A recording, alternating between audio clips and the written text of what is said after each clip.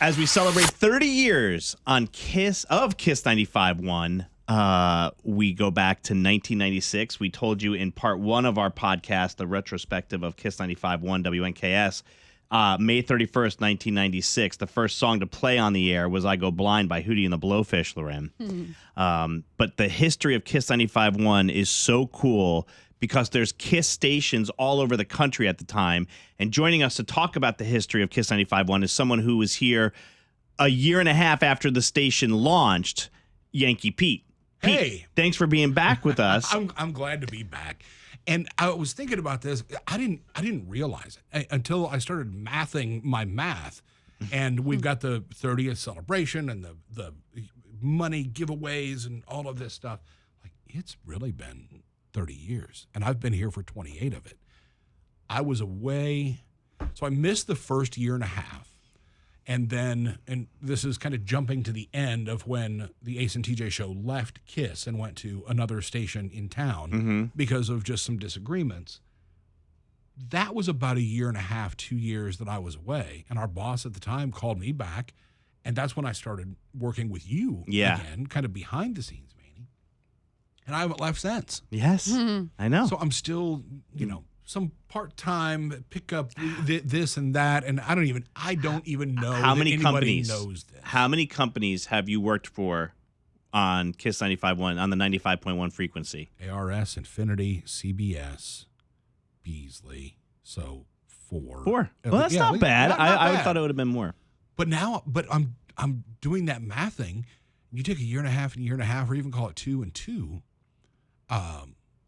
26 years of my time in Charlotte, my 28 years in Charlotte, 26 of them have been garnering some type of income from Kiss 95.1. That's so funny. You can hear. Thank you to all of those listeners who have been around for decades, because I'm living an absolutely blessed life and getting to do what I want to do and getting invitations like this. It's amazing. And you're a perfect person to have on this podcast. Now, I'm just going to go off on a tangent for a second. I because like tangents. I'm curious, and I don't remember the answer to this, but were you were with Ace and TJ when I auditioned for that show, no? Yes, I was. Okay. I feel like But that wasn't on Kiss, was it? It was not on Kiss, but that's when he was saying he was across the street for the 2 years. Right. Yeah, and That wasn't at Kiss, was it? No, our paths were destined to cross, but obviously not there. And then so why didn't you pick me? But I got the opportunity to work with you here in our first year on the air too. But let's go back. We'll have an offline. Well, we won't have any other conversation. No, it's fine. No, but that's right. It was when we had to wait out. When we left Kiss, we had to wait out a partial non-compete. And it got really weird and sticky, sort of. And then there were multiple auditions of different people, some from all over the country. You would come up. Were you up here? I was already here, yeah. Okay. When after ACTJ left, you're talking about auditions for Kiss, the new Kiss morning show? No. Auditions for an additional personality on the Ace and TJ show. On a different frequency. I think Gwen was just leaving when I had auditioned. Yes. Yeah, Gwen was leaving, and then she went to one of our sister stations here, I think K1047. Yep. And then the country station. Yeah. But wait, and hold on. She's still around too. Yeah. Yes, Gwen's still around. Yeah. She's still working in the market as well. But I want to go back to 1998. That's where we ended the first podcast, and I want to pick up from there. What other talent was on the show? I'm sorry, on the station. Who else was on the air that was good? Because after the morning show. Yeah, after you guys got off the air, do you remember any of the jocks who were part of your I couldn't part of launching Kiss? I couldn't tell you in chronological order. I mean, middays at the time was Danny Wright. Then it was Jennifer Steele. In afternoons, it was Chad Rock for a while and Adam Smasher. Nights, I mean, by far, nights when we started was Drew. Nights with Drew, who again is still on in the market. A few notches up the dial in the middle of the day. Yeah. He's still around, and you want to talk about a quality guy is Drew Parham. And a lifelong local Mint Hill hoodlum who's now up at Lake Norman. Yeah. Oh, he was a bad kid, but my God, he was a lot of fun. He did nights. Evan, who is now a nationally syndicated country personality, big boy Evan, who was 3 times his size when he worked overnights at KISS. But we had overnights Dave O, who is one of the #1 personalities now in Kansas City, Missouri. He got back to his hometown after a stop in Jacksonville. I remember helping him with the cops because when we were in a not so great part of town, he worked overnights, and his car got broken into, and they stole the change out of his cup holder. Oh. But over at Stuart Andrew Boulevard, that's what led to the fence being up for everybody's safety around that building to secure all the vehicles. Interesting. Dave O was great. I think it was Jennifer and I'm okay. So I just wanted to make sure name names is going to do make a sure disservice because Kelly Reynolds was on and Taylor Shea was on and Taylor's still working. She's in D.C. But in other words, you guys were the foundation, but Kiss 95.1 was launched and had some great talent throughout the day on the radio station. And then you guys continue your growth and you start doing what Ace and TJ was known for doing, which is giving back to the community. And you guys start the charity projects. When did that start? Do you remember? And how it came about? I believe I have the year right. October of 1998, when Deputy Anthony Stansel was working an off-duty job, just picking up extra hours to provide for his family at a grocery store. And somebody was shoplifting crab legs, and he tried to stop them as the security guard at the store, and he was shot and killed. And that was kind of bearing your soul and talking about it. And something has to be done for the family. And calling out wrong is wrong. On the air. On the air. And could we raise a few dollars to give to his family? And I don't remember the amount, but it was an embarrassingly low amount of money because everybody on the air reached in their wallet and laid our cash on the table. And it may have been like $11. Mm-hmm. And somebody called and said, I'll match it. And then South Kings Drive, people started honking because there was a line of traffic and people were pulling in. Outside the radio station. And it ended up being able to present to the foundation through the Mecklenburg County Sheriff's Department $203,000 for the family. And you guys hadn't even been here a full year yet. And yeah. And I think I mentioned in part 1 that when we moved to town, we all lived in the same apartment complex up in the university area, which is now, side note to that, crazy. It was woods across the street. It was on North Tryon, so just up from the hospital and kind of by the Food Lion. Mm-hmm. And it was just, it was kind of distant out of town, and it was woods across the street. Mm-hmm. Well, now the freaking light rail runs through that road, and directly across from the apartment complex it's all developed. It's all part of the UNCC campus now, and it is where Jerry Richardson Stadium is, where the Charlotte 49ers play, where one of my jobs now is the announcer for the UNCC marching band. Yes. So there I sit, being able to look out literally across the street at the apartment complex Full that I lived in circle. almost 30 years. I love it. We got together in the evening after the murder of Deputy Stansel, and I remember kind of leaning on the back of TJ's pickup, having a conversation of, what do people do in this case? We have to talk about it. Well, we'll talk about it. And then it organically happened. It's amazing.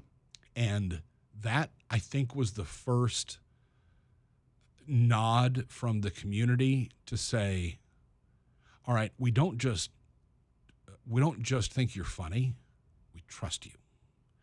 And then there was a Red Cross fundraiser for 9/11. And then there was the start of Ace and TJ's Grin Kids, which took children who were terminally ill and chronically disabled to Disney. Was that through Levine? No. Okay. It was all. Levine in-house. probably was a small hospital at the time. Yeah. Yeah. I mean, until I really started working with you. Yeah. There wasn't. Right. They just weren't huge That's children. cool. There were children's departments of hospitals, but we're so blessed to have Oh, absolutely totally. unreal children's medical care here now. But that wasn't here 30 Yeah. years ago when KISS started, or at least not with a name and not Sure. a dedicated facility. And the families who have supported the children's hospitals are unreal. But we started doing that and the hundreds of thousands of dollars that it took. But we never wanted to ask people, hey, can you give money to support this children's charity? Green kids. Come have a good time, and we'll take the money and put it toward the charity. That's where Ace's Band Charity Case was formed. They've made $1 million and gave it all away.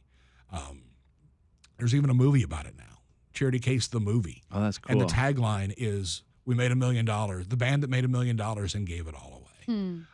It's a documentary that's out there now, and it's in film festivals all over very the cool. world. And we would do Second Chance Prom, and we did like a best of CD. Remember a CD? Breaking and entering Christmas. And that was never like a revenue generated, but anything that you could buy a ticket to, like Second Chance Prom, or you could buy the CD. I remember going to Hickory. My gosh, Hickory was so good to me personally. So was Gaston County. I love Gastonia, but it was like but they even joked, this is again dated. Remember the Waco cult called the Branch Davidians? Oh, yeah, sure. They joked that when we went to Hickory, that was called the Branch Pete Idians, because it was so great. But we'd go and sign our CD there, and there'd be a line wrapped around the building, and it was just great to meet people. But when tragedy struck, and then you get to 2005 and Hurricane Katrina. Yes, which meant a lot to you guys because you had the Louisiana roots. Right. And even with Breaking and Entering Christmas, like you talked about, hey, if we wanted to do XYZ, if we wanted to fill up a tractor trailer and take it to Louisiana, would you guys help us? Boom. That it hit Monday afternoon. We went back on the air Monday night. I left on Thursday morning, 3.5 days later, with 26 tractor trailers in a convoy. Jeez. Not just one. 26 tractor trailers. Where in did a you convoy load? At the radio station. It's on Stuart Andrew Boulevard. And right people along. were packing We had water. sleeping bags, water. We had water. We had food. It's where I learned that you can't, depending on what you're loading, you can't just fill up a semi-trailer because water weighs more than some other things. Yeah. Oh, right. We sunk, you know, how a trailer has the posts on the front when it doesn't have a rig attached to it. And that sunk right into the asphalt. Oh, my 6 God. inches deep because of all the water that we loaded. Yeah, that Mm-hmm. was bad. But hundreds and hundreds of volunteers would come out, and people would come by and give, like, what do you need? I didn't have a chance to go to the store. Here's money. So with 26 tractor trailers driving through the night, Thursday night, and I was in Louisiana delivering this, and $765,000 in monetary donations that we handed to the local Red Cross in central Louisiana. That's amazing. To deliver things. That's amazing. That's how quickly you could turn it around. That, and I've said it before, to me is the biggest compliment. The majority of the world is good. You hear bad news all the time. You want to gripe about your customer service. You want to gripe about your neighbor. I just had an HOA meeting last night, and people want to gripe about, you know, where this car is parked or what that tree looks like. Ultimately, people are good. They don't always know the outlet of where or how to be good. And when we had the unique opportunity to build community and rally people together, the fact that someone would say, I trust you with this $20 bill. I trust you with this pack of diapers. I trust you with this Toys R Us gift card to buy what you need for Breaking and Entering Christmas. You don't know me except my voice on the radio. And we've probably got some stuff in common, and I've made some really inappropriate jokes that you probably laughed at in your car. That's how we know each other. And you trust me enough, whether it's a $5 bill or a kid emptying out their piggy bank because they want to help, or the company that would write a $20,000 check. How in the world do you trust us to get that to the right place? And thank God they did. Well, it was millions and millions and millions of dollars of stuff and cash that I was blessed to be able to help deliver through the radio family. And you had the Ace and TJ brand on one hand, Loren, and the Kiss 95.1 brand on the other, and put them together, and this is the monster that you guys can create, and the giving that you can do. It's amazing how this city married you guys, and you married the city, in a pretty short period of time, and you guys dominated. It was a lot But of it fun. wasn't all good. No. Because all good things have to come to an end. And as we wrap up part 2 of our 2-part podcast, we'd be remiss if we didn't bring up the fact that new bosses come in, new visions are set, and there comes a time where you guys realize, geez, maybe our time here at Kiss 95.1 is coming to an end. That's got to be, after what you just told us a little while ago, 26 years of being here, 28 years of Kiss being in your life. What was that like?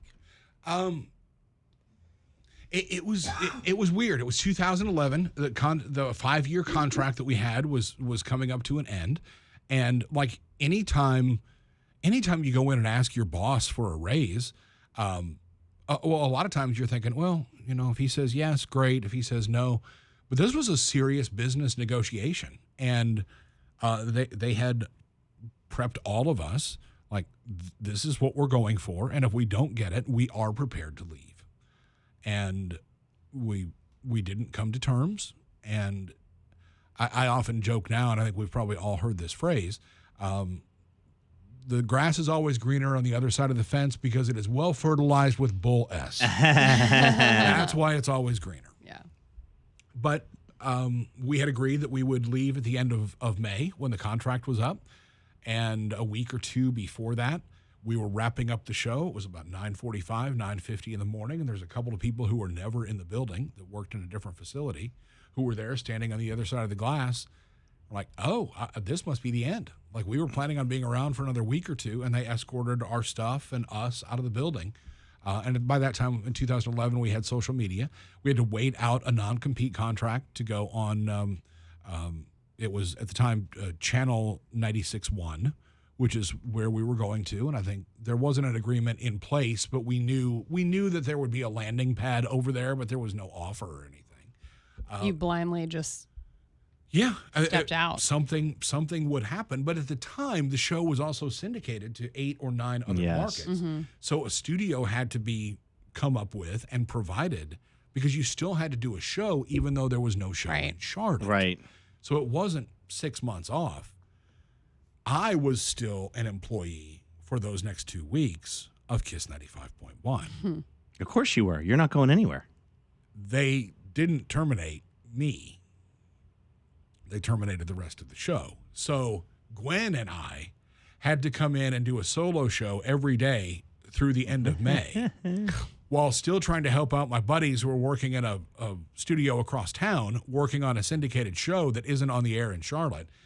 Then in the beginning of 2012, we went on the air there, and it was good, but it was, for my experience, never quite the same. Yeah. It wasn't the same feel. It wasn't the same people.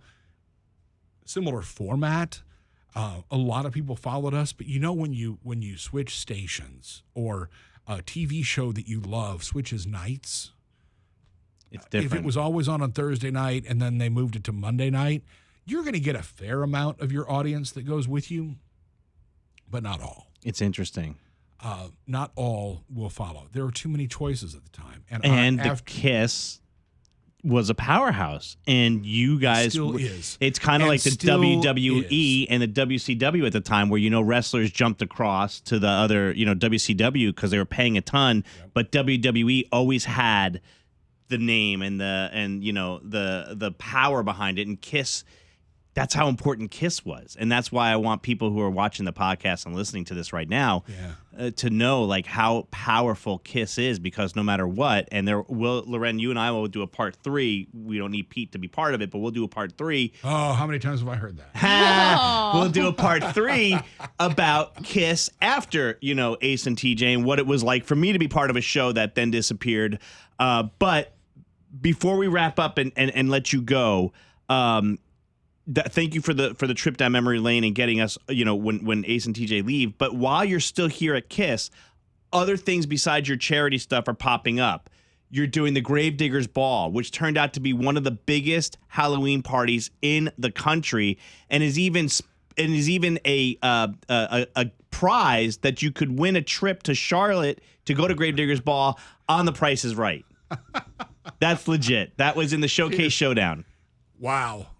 Yeah. I did not know that. Oh, yeah. Really? There was Gravediggers Ball, there was Uncle Sam Jam, but it all started in May of 98. We had only been here for a month, and it was called Kiss Concert 98, and we blocked off 4 city blocks in Uptown, and it was an all-day festival. Meredith Brooks, who sang Bitch, was there. Yes. Who sang, oh my gosh, it was like 10 or 12 artists. It was such a good time and a good party. Who sang the theme song to Dawson's Creek? I don't want to wait. Oh, Paula Cole. Yeah. Paula Cole was there. She was, it was still daylight, so she wasn't even the headliner. That was like 4 or 5 o'clock in the afternoon. But it was a promotions department that we worked with, led by Diana Addis. Anthony Testa was there, Krista Woods was there, and we had, 8 or 10 other promotion people, and they built events that were just unreal. And then you get into Uncle Sam Jam and Gravediggers Ball that I didn't even realize it meant it on Price is Right. That other people had come into promotions at that time. Angie, who was on the show, her husband Fitz worked in promotions, and Fitz was amazing, and he helped us put some of that stuff on. But Kiss was just a powerhouse. Mm-hmm. What made it happen?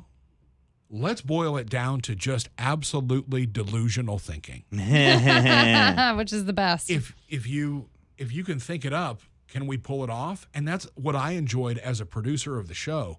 Like, okay, what if we did just a dice game to give stuff away? But what if the listener has to guess what's going to come up on the 2 dice? Okay, that's a pretty boring giveaway. But what if, just hear me out here, and this is after the show, like at 10:30, and we're doing this tomorrow morning. But what if we put 1 die in a washer and 1 die in a dryer, pick them both up with a crane, and drop them into the parking lot? Exactly. Okay, I know what I'm doing the rest of the day. Call a scratch and dent appliance shop. The last thing I need to find is the dice. Right. I need to find a washer and dryer that they're willing to destroy. Then I need to find a crane and then let the crane person figure out how to strap it. Then what microphones can we ruin and how are we going to run them out of the studio and lay them on the concrete? And that's what we did the next morning. It was absolutely delusional thinking. Can we do an all-day concert? Yes. Can we get 10,000 people to dress up in costume? Absolutely, yes, we can. You think the artists will dress up in costume? Somewhere, Katy Perry is dressed as an egg, like a broken egg, and that's the way she performed on stage at one of our Gravediggers Balls. Can they do it? Sure. Why not? Imagine it, and we would try and pull it off. And of the 4 times out of 10 that it didn't work, you never knew about it. Right. But when we could pull it off, it was amazing. It was like, wait a minute. And so cool when somebody would say, and I know this is the same for you, and I know that it happens every day, every place that you are on the radio. To hear someone say, I was late for work because I wanted to hear how it ended. We get to do and got to do and will continue to get to do a very powerful personal connection thing that beats the hell out of a real job. So for anybody who ever listened, or if you listened this far, thank you for being part of my life, and I'm honored that I got to be a small part of yours, even if we've never met. And we know that TJ's still in the market, Gwen's still in the market, a lot of people. And we had you on when Ace passed away live on the radio. And I know that they probably echo the same exact thing that you're saying. I know Ace personally, and he's a good guy, and he totally lived for what you were saying. Without a doubt, he lived for that. But he lived for his kids. Mm-hmm. More than anything. It was, and so does TJ. Their families were always the most important thing to them, and listeners were certainly next. And how much fun can we have? How much impact can we make? Oh, you made a tremendous impact in this city. And I truly believe that the launch of Kiss 95.1 in 1996 was jumping on a trend that was starting in other markets around the country. Like, yes, you can have a second top 40 station in a market that plays this type of music. It wasn't a formula, but other places were figuring it out. A lot of those don't exist anymore. And I will say, without, not the show, without Ace and TJ as the personalities and the humans that they are, and what they brought to the table and the partners they brought in around them, Kiss would not have lasted. There would have been another top 40 station in the market, but this would be now a classical station, or 1,000%. 95.1 K-Love. 1,000%. Which I love. I'm not bashing anything else, but a radio station brand doesn't last 30 years without a strong foundation. And the fact that they were on for 15 of those years and carried half of it, they should be given the credit. Totally. And you're doing a great job continuing on that legacy. That's what I was going to say. The legacy that you guys built only works if the show that comes in afterwards works as hard and can pull off anything close to what you all pulled off. And that was my and Loren and Roy, who worked with us for a little while. We knew that we had to live up to that, because anything less than that, it's going to get called off. And I think that's what made us successful, was the push, because we knew the foundation that you built and the radio that you brought here. So, and you guys have got it harder. Without a doubt, you have harder work. Well, now we have to do podcasts and videos and all this other stuff. I know, and now I have to come in and carry the weight of 2 podcast segments. You actually have to brush your hair now. There he is, Yankee Pete, as we celebrate 30 years. He gave us, with our both podcasts, Loren, almost an hour of the history of Ace and TJ and the history of Kiss 95.1. Pete, of course, we'd love to have you back anytime you want. There will be a part 3, and we'd love to have you on the air, of course, with us as we celebrate in May. Sounds good. 30 years. I will talk to you in the afternoon, because I don't think most people know this. That voice that you hear that says I-77, I-85, and 485 all suck every afternoon on Kiss 95.1 is me. Yankee Pete, still working on Kiss 95.1. Thanks for coming, Pete. Thank you both. Congratulations on all the success that you guys had on Kiss 95.1. I appreciate that. Hey, it's Loren from the Maney and Loren Morning Show. Thank you so much for watching. Make sure you subscribe to our channel and like this video. If you want to see more videos, you can always check out our behind the scenes content or our War of the Roses.